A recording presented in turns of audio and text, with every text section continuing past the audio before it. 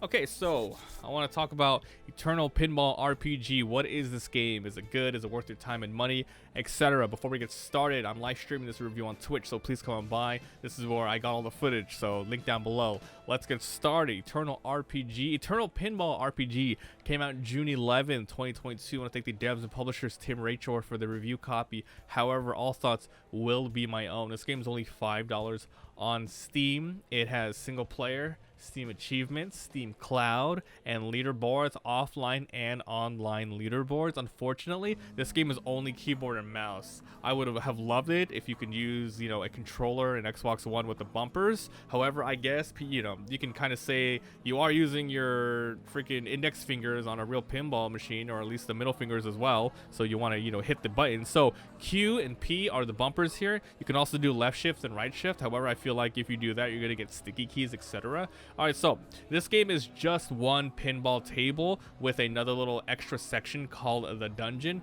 The whole goal of this game, though it is RPG, it's basically get a high score. How do you do that? And keep the ball alive as much as possible. Basically doing a lot of quests on the board. All the music in the background, by the way, is straight from the game. It's running in the background. I'll turn it down a little bit more, but it has like some cool tracks. It has like some rock tracks, ambient sounds with just talking people, because this takes place in a sort of like a bar or something like that. So you hear like people chatting and cheering in the background, and then it has like some cool medieval sort of tracks that you can, just plays every once in a while. So you get a bunch of balls, and basically you just do everything on the board. Now, if you are a pinball fan, is this going to be worth $5? It really depends. I feel like with this one, even though it's one board with another subsection here, you are going to be doing a lot here in to get a high score and to do a lot of the completions. So what makes it RPG besides the board theme?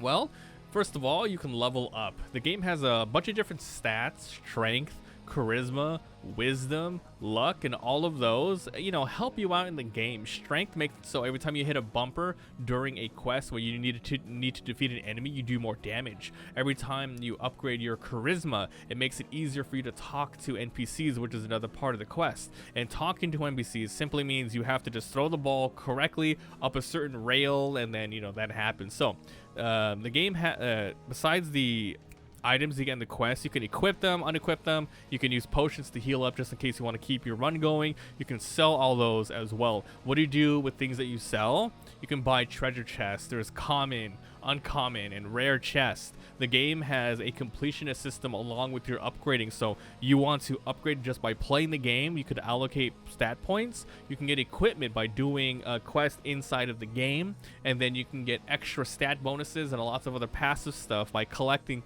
these rare items that you get from random boxes that you buy. So you get money by selling the items you get during the quest, and then you buy those things. You get stuff like 20 more strength just by finishing the set of items. You can go ahead and make it so each quest maybe lasts 5 seconds longer. You have easier kickback chance, ball saving, etc. So there's a lot here. So this game, even though it is a high score game, there isn't a difference between like non-upgraded characters and upgraded. You can, if you are just a god at this game, you can get the highest of the highest score right away. However, if you do grind a lot, eventually you can get stuff like like I said, extra score, better ways to defeat enemies, and even multi-ball. So you have a huge advantage on leaderboard at the very end if you grind all of that out. With that being said, is there enough here? Once again, if you are a huge pinball fan, there's a lot here, but you are just messing with just these two boards themselves.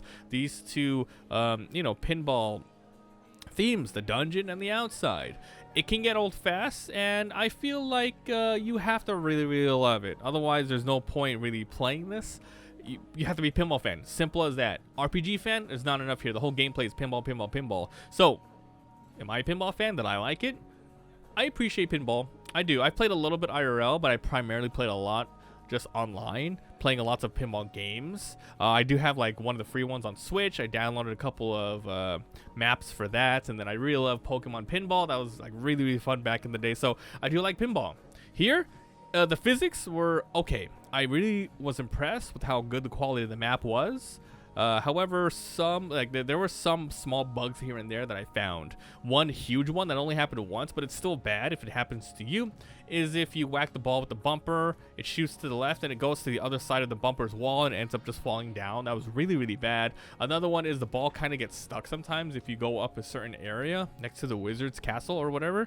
And there is a tilt, so you can fix that. However, you get a warning, and if you tilt too much, obviously it's gonna straight game you over. So yeah, it just sucks. It's the authentic experience. It's, it gets stuck. You gotta tilt it. Nah, it doesn't need to happen. If they fix that, that's cool. Please add control support. I want to be able to just sit back and use a bumper because I'm hunched over my desk. Q P Q P Q P Q P. I want to sit and use a controller and sit back. I think it'd be really cool. So I like the idea of Eternal Pinball RPG. I think right now $5 is fair price. I want Tim, if you want to watch this, I think you got a really good idea thing going on here. You should absolutely come out with more boards. Absolutely come out with more boards, and maybe make it $1 a piece for the boards. And all you have to do is make it so you have a character per board, so they can grind it out, because you don't want to have people play like 50 hours on this board and then come out with the other one and then they get the top leaderboard. There needs to be split, one character for a board, and then with different sorts of achievements.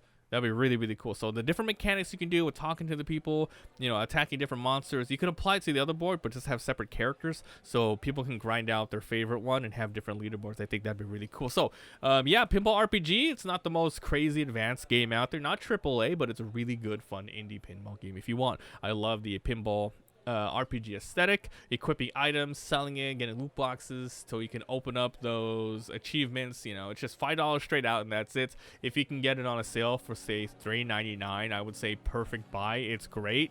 You're gonna spend a good amount of time here. So hey, if you guys enjoy, leave a like. It helps a lot. If you haven't already subbed for daily videos, let me know what you guys think about Eternal Pinball RPG down below. Once again, I'm live streaming this review live, so come on by. You can catch me doing all this stuff, and if you want to see the gameplay, I'll upload it all on the Let's Play channel. All links down below, so join the Discord, etc. Thanks for watching, and we'll see you guys next time. Bye.